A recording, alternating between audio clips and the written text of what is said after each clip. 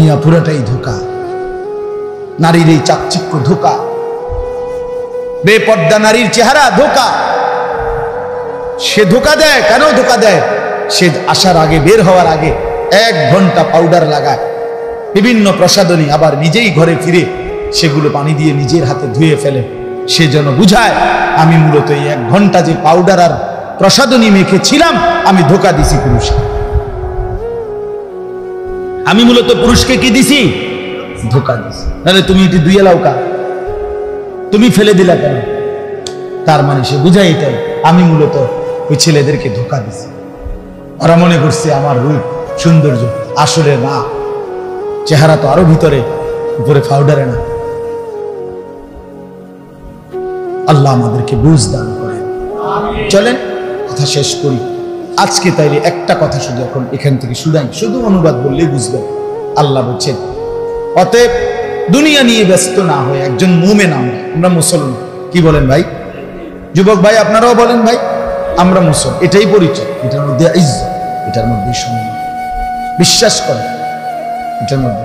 হযরত মাওলানা নজরুল ইসলাম কাসেমি সাহেব, এই যার কথাই মাত্র বললেন, উনি বলছেন, আমি ওনার বয়ানে শুনছি, উনি বলছেন আমি পৃথিবীর ইউরোপের সমস্ত দেশে সফর করছি, দাওয়াত ও তাবলীগের সফরে।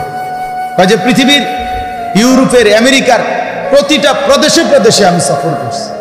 উনি বলছে, খোদার কসম, আমি আমার সাথেও একই সাথে একই বিমানে ইউরোপের বহু এয়ারপোর্টে আমি একসাথে, আমার দেশের মানুষ একসাথে ফ্লাইট হয়েছে, নামছি।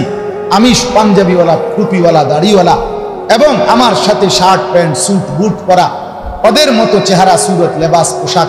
উনি বলছেন, আমি নিজে ওনার বয়ানে শুনছি, উনি বলছে আল্লাহর কসম, তো আমি সর্ব জায়গায় আমি বেশি ইজ্জত পাইছি, ওরা আমার চেয়ে সমান ইজ্জত হারে করছেন। আমার পাঞ্জাবি টুপি, আমার ধর্মের লেবাস, তারা বুঝছে যে এটার পরিচয় পাসপোর্টে লেখা যেটা, তার চেহারাও প্রমাণ। বুঝেন নাই কথা?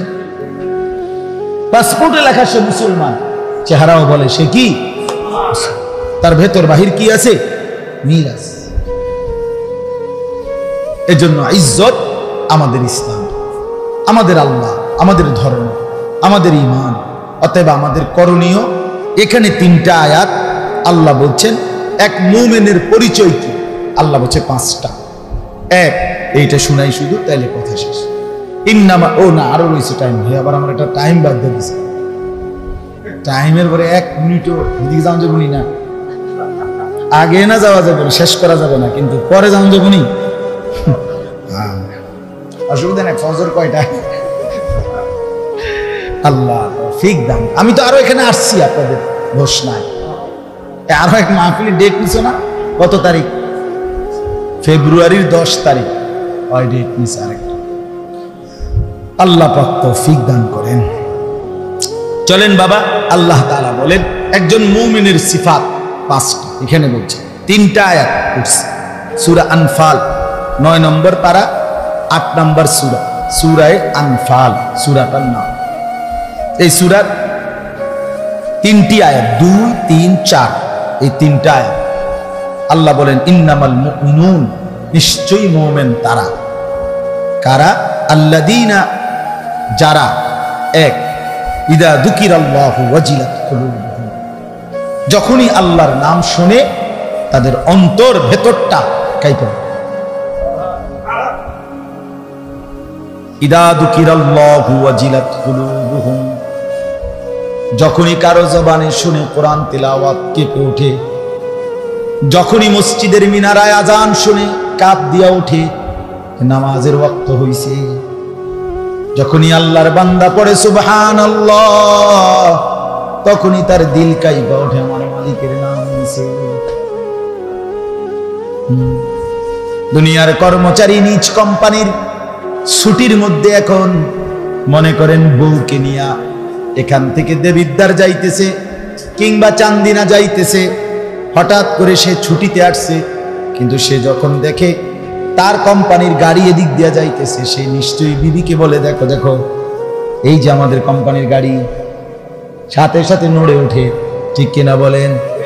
আল্লাহ বলেন আমার মুমিন বান্দা তারা যখন যেখানে যে আমার নাম উচ্চারণ হয় সাথে সাথে তার দিল কেঁপে ওঠে। মানে আমার কথা মনে পড়ে। কার কথা? আল্লাহর। যে দিল আল্লাহর কথা মনে করে না, যেই জবান আল্লাহর নাম নেয় না, তুমি ভাইয়া জীবিত না, তুমি মরে গেছো বহু আগে। খোদার কসম, নবী বলছে যেই জবান আল্লাহর জিকির করে না সে মৃত, আর যেই জবান আল্লাহকে স্মরণ করে সেই কেবল জীবিত। মাসালুল্লাযী ইয়াযকুরু রাব্বাহু ওয়াল্লাযী লা ইয়াযকুরু রাব্বাহু মাসালুল হাইয়্যি ওয়াল মাইয়িত। নবীজি বলেন আল্লাহর স্মরণ করে আর যে করে না উভয়ের উদাহরণ হলো জীবিত এবং মৃত।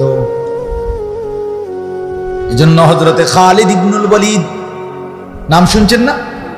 নবীর বিখ্যাত সাহাবী হযরতে ওমর রাদিয়াল্লাহু তাআলা আনহু একদিন ওনাকে জিজ্ঞেস করেছিলেন, খালিদ ৬০,০০০ কাফেরের বিরুদ্ধে যুদ্ধ করতে তোমার সাথে কয়জন লাগবে?